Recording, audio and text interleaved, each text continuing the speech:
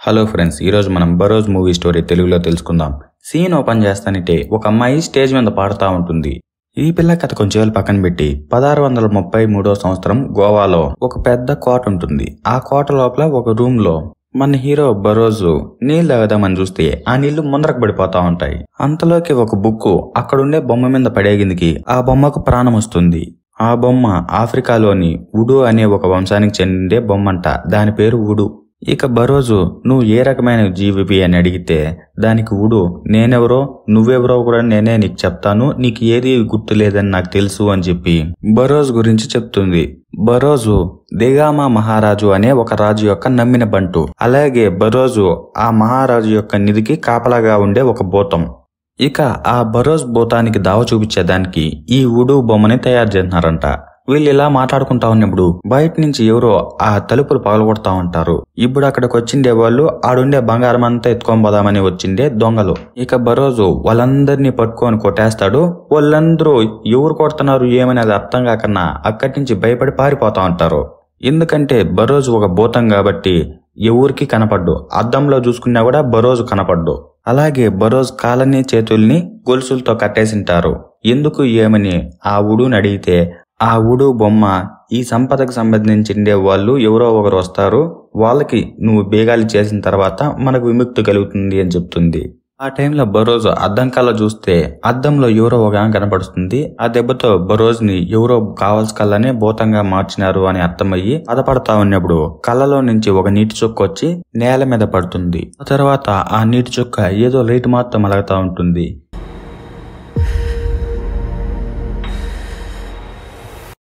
ఇక ఇది కొంచెం పక్కన పెట్టేసి మన మెయిన్ సీన్ లోకి పోతే ఒక ఆమె ఒక కారులో నుంచి లోపలికి వస్తుంది. అక్కడుండే సెక్యూరిటీ గార్డు మీరేం మేడం ఇట్లా వచ్చినారని చెప్పి మాట్లాడి లోపలికి పిలుచుకొని పోయిన తర్వాత లోపల ఒక ఇంగ్లీష్ ఆయన ఉంటాడు. వాయిని మళ్ళీ పరిచయం చేపించి వీళ్ళ ఫ్యామిలీలో ఉండే వాళ్ళు దొంగలు, అట్లాంటి ఈ ట్రెజర్ కి కాపలాగా పెట్టినారు అని చెప్పి మాట్లాడేసి ఆమెని మళ్ళా ఏం మేడం ఇట్లా వచ్చినారంటే దానికి ఆమె మా ఫ్రెండ్ ఒకరు వస్తున్నారు, అతన్ని పిలుచుకొని పోయేదానికి నేను వచ్చినాను అని చెప్పి వాళ్ళ ఫ్రెండ్ కూతురు ఇద్దరు హెలికాప్టర్ లో వస్తా ఉంటే అక్కడికి పోతుంది.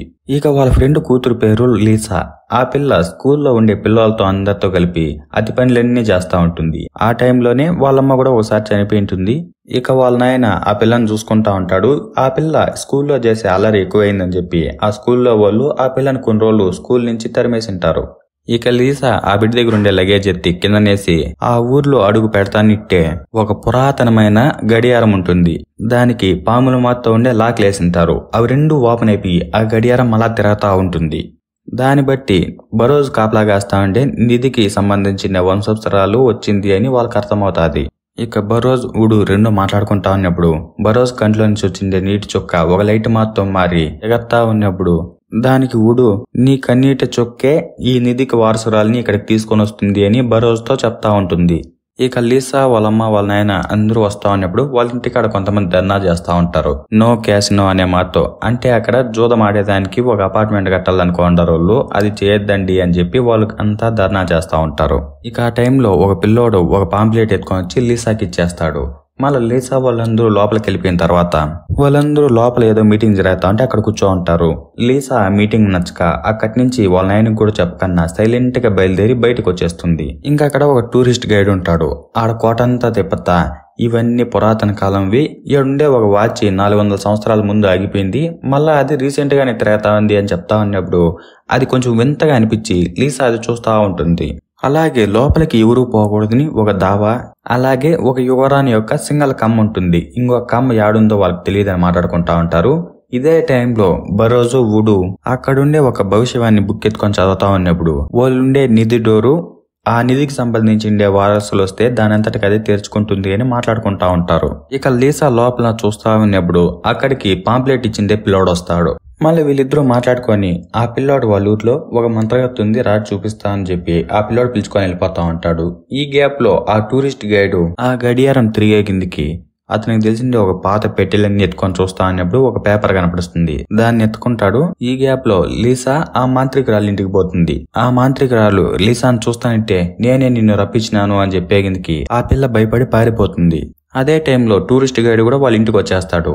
ఇక అక్కడుండే మంత్రగతితో మాట్లాడుతూ ఉన్నప్పుడు ఆడు చూసింది ఫోటో చూపిస్తే దాంట్లో లీసా బొమ్మ ఉంటుంది. అది చూసిన తర్వాత ఆ మంత్రగత్తె ఆ గైడ్ తో ఇక 3 రోజుల్లో పౌర్ణమి వస్తుంది, ఆ లోపలే మనము ఆ పిల్లను ఉపయోగించి ఆ నిధికి కాపలా ఉండే భూతాన్ని తరిమేయాలి, అలాగే ఆ పిల్లని రహస్య గదిలోకి పోకుండా చూసుకోవాలి, మళ్ళా ఆ భూతాన్ని బంధించేస్తే అక్కడుండే నిధి మొత్తం మనకే సొంతమవుతుంది అని మాట్లాడుకుంటా ఉంటారు.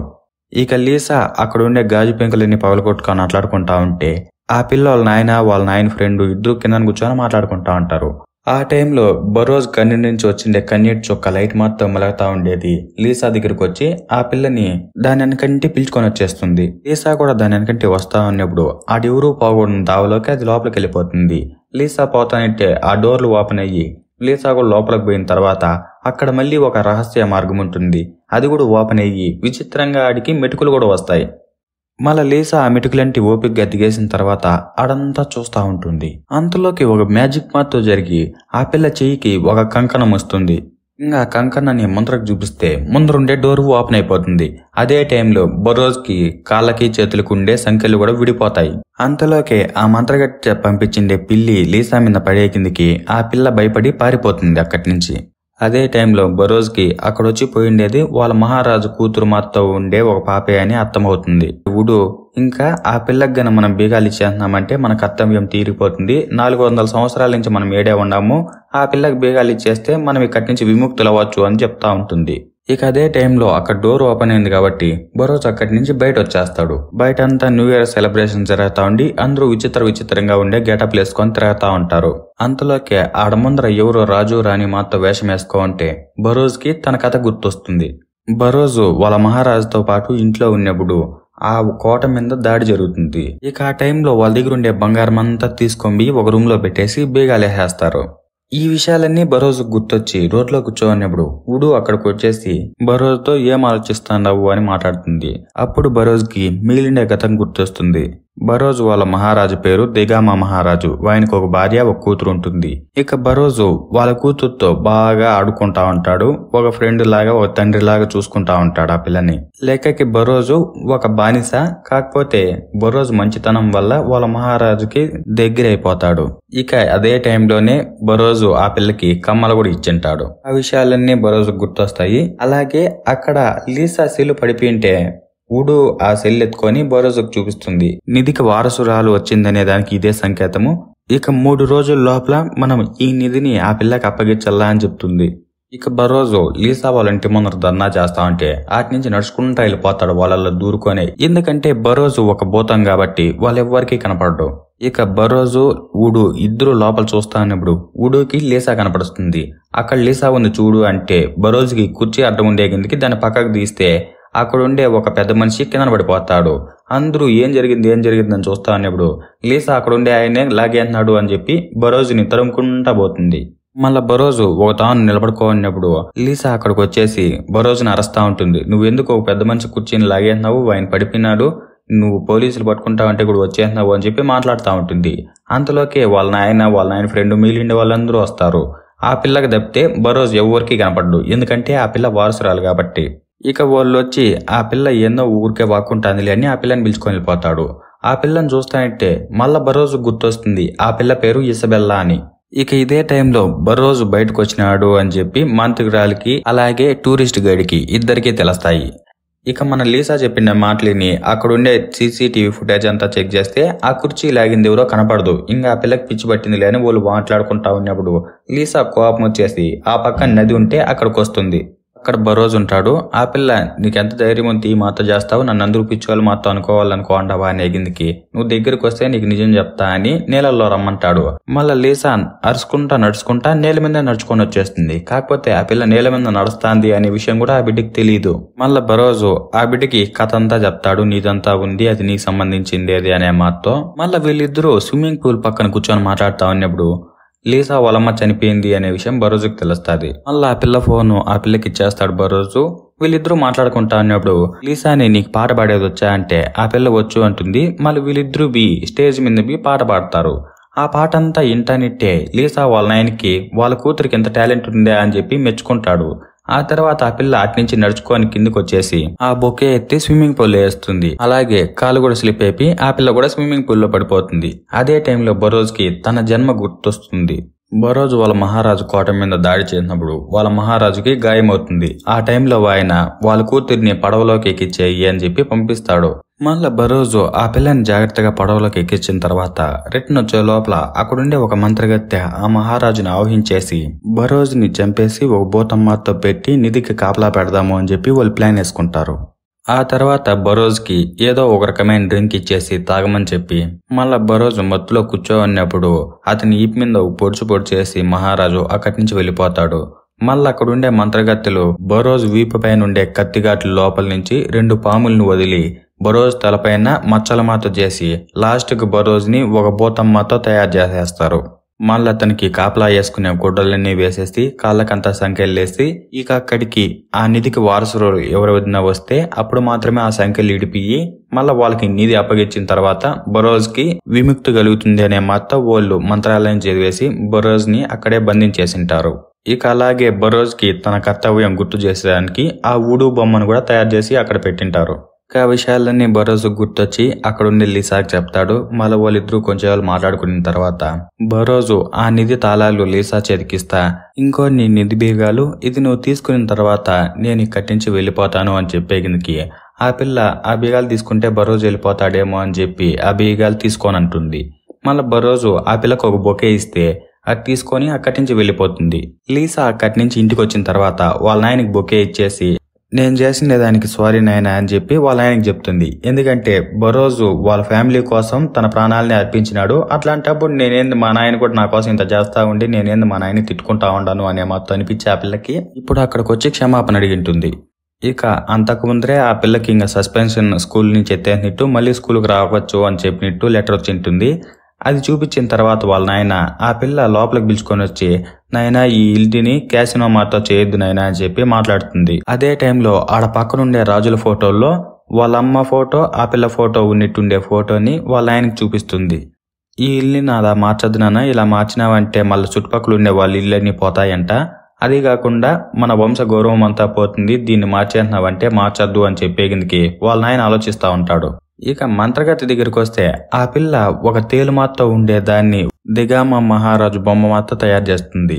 మళ్ళా దాన్ని ఒక తేలుమాత తయారు చేసి ఒక సోపు మాత చేసి అది ఆ టూరిస్ట్ గైడ్కి ఇచ్చి ఇది ఎత్తుకొంబియి ఆ వంశస్థులు నిధికి పోయే దావలో పెట్టేయి, వాళ్ళు దాన్ని తొక్కినారనుకో అప్పుడు ఈ తేలుమాతో ఉండేది మహారాజు మాతో బరోజు కనపడుస్తుంది. మళ్ళా బరోజుకి దిగామ మహారాజు మీద ఉండే గౌరవం వల్ల మళ్ళీ మనము ఆ బరోజుని బంధించేసి మన కంట్రోల్లో పెట్టుకొని అలాగే నిధిని కూడా సొంతం చేసుకుందాము అని చెప్పి ఆ టూరిస్ట్ గైడ్కి చెప్పిన తర్వాత ఆ టూరిస్ట్ గైడ్ దాన్ని తీసుకొని అక్కడుండి ఆ ద్వారం మీద పెట్టేస్తే అది మొత్తం కరిగిపోతుంది.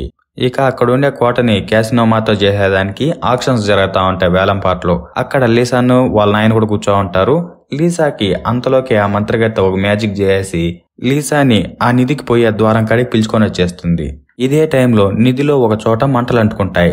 దాన్ని బట్టి ఈ నిధికి సంబంధించిండే వాళ్ళు ఎవరో ఆపదలో ఉండారు అని చెప్పి ఉడుకు అర్థమయ్యి అది బరోజుకి చెప్పిన తర్వాత వాళ్ళిద్దరూ ఏం జరుగుతుంది అని చూస్తా ఉన్నప్పుడు లీసా అక్కడుండే మెట్ల ద్వారా కిందికి దిగి వచ్చేస్తుంది. అదే టైంలో ఇంకా పిల్ల ఆడపెట్టిండే తేలు మాతో ఉండేదాన్ని తొక్కి వచ్చింటుంది కాబట్టి దిగామా మహారాజు మాతో ఒక ఆకారం వస్తుంది. ఈ టైంలో బరోజు తన దగ్గరుండే ఒక మంత్రదండం మాతో ఉండే దాన్ని ఎత్తుకొని అక్కడుండే గడియారం ఆగిపోయింటుంది. దాన్ని మళ్ళీ తిప్పుతాడు, ఎందుకంటే ఆ వంశస్థులకు ఎవరికో ఇబ్బంది ఉంది, ఆ గడియారం తిరిగితేనే వాళ్ళు ప్రాణాలు కాపాడగలము అని చెప్పేసి దాన్ని పోయి తిప్పుతాడు. ఇక ఇదే టైంలో లీసా వెనకాల దిగామ మహారాజు మాతో వచ్చిండే భూతము లీసాని చంపేసేదానికి తరుముకుంటా ఉంటుంది. ఈ గ్యాప్ లో బరోజు ఆడుకొస్తా ఉంటే అక్కడ కొన్ని ఇనుమాతో ఉండే సైనికులు బరోజు మీద దాడి చేస్తాడు. బరోజు వాళ్ళందరినీ కొట్టేసి లీసా దగ్గరకు వచ్చేందుకి అక్కడ ఉండే దిగామ మహారాజు మాతో ఉండే భూతాన్ని చూసి షాక్ అయిపోతా ఉంటాడు. ఇంకా మహారాజుకు నమస్కారాలు అని చెప్తా ఉన్నప్పుడు ఆ భూతము బరోజ్ని కత్తి తీసుకుని పొడిసేస్తుంది. ఏంది మహారాజు నన్ను పొడిచినాడు అని షాక్ లో చూస్తా ఉన్నప్పుడు ఆ మంత్రగత్తె ఆడుండే భూతం నోటి ద్వారా మాట్లాడుతుంది. కాకపోతే దాని వయసు అక్కడుండే దిగామా మహారాజు మాతో కాకుండా ఆ మంత్రగత్తె మాతోనే వాయిస్ వస్తుంది. అలాగే నేనేం నీ దిగామా మహారాజుని కాదు అని చెప్పేందుకు బరోజుకి మళ్ళా అక్కడుండేది మంత్రగత్తె యొక్క భూతమే అని అర్థమయ్యి మళ్ళా ఆ భూతంలో చాలా సేపులు ఫైటింగ్ అంతా జరిగిన తర్వాత బరోజ్ మళ్ళీ ఫైనల్ గా దాన్ని తిప్పి తిప్పి ఇసిరి ఆ పక్కనుండే సింహాసనం మీదకి పారేస్తాడు. అంతలోకి బరోజ్కి కళ్ళు నెరిగినట్టయిపోయి అక్కడుండి నేల మీద పడిపోయినప్పుడు తన తల్లో ఉండే పాములన్నీ బయటకు వచ్చేస్తాయి. దానితో బరోజ్కుండే శక్తులన్నీ దిగిపోతాయి. ఇక ఈ మంత్రగత్తె కావలసికాలానే ఆ భూతం పడిపోయినట్టు యాక్ట్ చేపిస్తుంది. మళ్ళా దానికి కొంచెం శక్తినిచ్చేసి బరోజ్ని చంపేయమని చెప్తుంది. మళ్ళా చెడ్డభూతం బరోజ్ని చంపుతా ఉన్నప్పుడు లీసా అక్కడుండే పెద్ద బల్లెం ఎత్తుకొని ఆ దిగామా మహారాజు భూతానికి పొడి చేస్తుంది. కాకపోతే ఆ భూతం సావదు.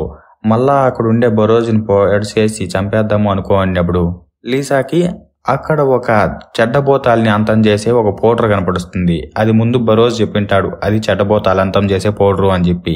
ఇంకా అదంతా ఆ చెల్లే కిందికి ఆ భూతం నాశనం అయిపోతుంది. ఆ మంత్రగత్తె కూడా చచ్చిపోతుంది. ఆ తర్వాత బరోజు లీసా ఇద్దరు తాను మాట్లాడుకుంటాడు. మళ్ళీ ఫైనల్ గా బరోజు లీసాకి బేగాలు ఇచ్చిన తర్వాత లీసా ఇక్కడుండే నిధి అంతా నేను పేదవాళ్ళకి పంచుతాను, ఇల్లు లేని వాళ్ళకందరికీ అని చెప్తే దానికి బరోజు ఇదంతా నీనిదే, నీకు ఎట్లా నచ్చితే అట్లా చేసుకోవచ్చు అని చెప్పేసి మళ్ళా సీతాకోక చిలుకలు మొత్తం అయిపోయి అతనికి విముక్తి కలుగుతుంది. అలాగే ఉడు భూతం దగ్గరుండే బుక్కు కూడా కాలిపోతుంది. ఆ భూతం కూడా దాంట్లోనే కాలిపోయి దానికి కూడా విముక్తి కలుగుతుంది. ఇదే టైంలో ఇంకా ఆక్షన్ జరుగుతా ఉంటే లీసా వాళ్ళ నాయన వాళ్ళ కూతురు కోసం మళ్ళా ఆ ఆక్షన్ లో పాల్గొని ఆ బిల్డింగ్ మొత్తాన్ని మళ్ళా తనే కొనేసి తన కూతురుతో పాటు అక్కడి నుంచి బయలుదేరి పోర్చుగీస్కి వెళ్ళిపోతారు. అలా 12 సంవత్సరాల తర్వాత లీసా ఒక స్టేజ్ మీద పాట పాడుతూ ఉంటుంది. ఆ టైంలో ఒక ఆయన్ని బరోజ్ పట్టుకొని ఆ పిల్లకి తన కర్తవ్యం గుర్తు చెయ్యంటే మళ్ళా ఆయన పోయేసి ఒక బ్యాగ్ ఇస్తాడు. అది చూస్తానంటే ఆ పిల్లకి బరోజ్ గుర్తొస్తాడు. ఎక్కడున్నాడు అని చెప్తే ఆయన బయట ఉన్నాడు అని చెప్పేందుకు ఆ పిల్ల బయట వచ్చి చూస్తుంది. అక్కడ చూస్తే బరోజ్ ఉన్నాడు. కాకపోతే మినుగురు పులుగులన్నీ గాలి ఎగత్తా ఉంటాయి. అంతలోకే ఆ పిల్లకి చెప్పిండే ఆయన చూస్తే ఆయన కూడా కనపడ్డు. ఇక ఫైనల్ గా సినిమా అయిపోతుంది. దాని ప్రకారం ఆ పిల్లకి తన కర్తవ్యం గుర్తు చేసి బరోజు వెళ్ళిపోయినాడు. ఆ పిల్ల ఆ డబ్బులు పెట్టుకొని ఏం చేస్తుందో ఆ పిల్ల ఇష్టము. సో ఇంతే ఫ్రెండ్స్ బరోజ్ మూవీ స్టోరీ. నేను చెప్పిన మూవీ స్టోరీ మీకు గనక నచ్చింటే వీడియోని అయితే లైక్ చేసి మన ఛానల్ అయితే సబ్స్క్రైబ్ చేసుకునేసేయండి. Okay friends, bye bye.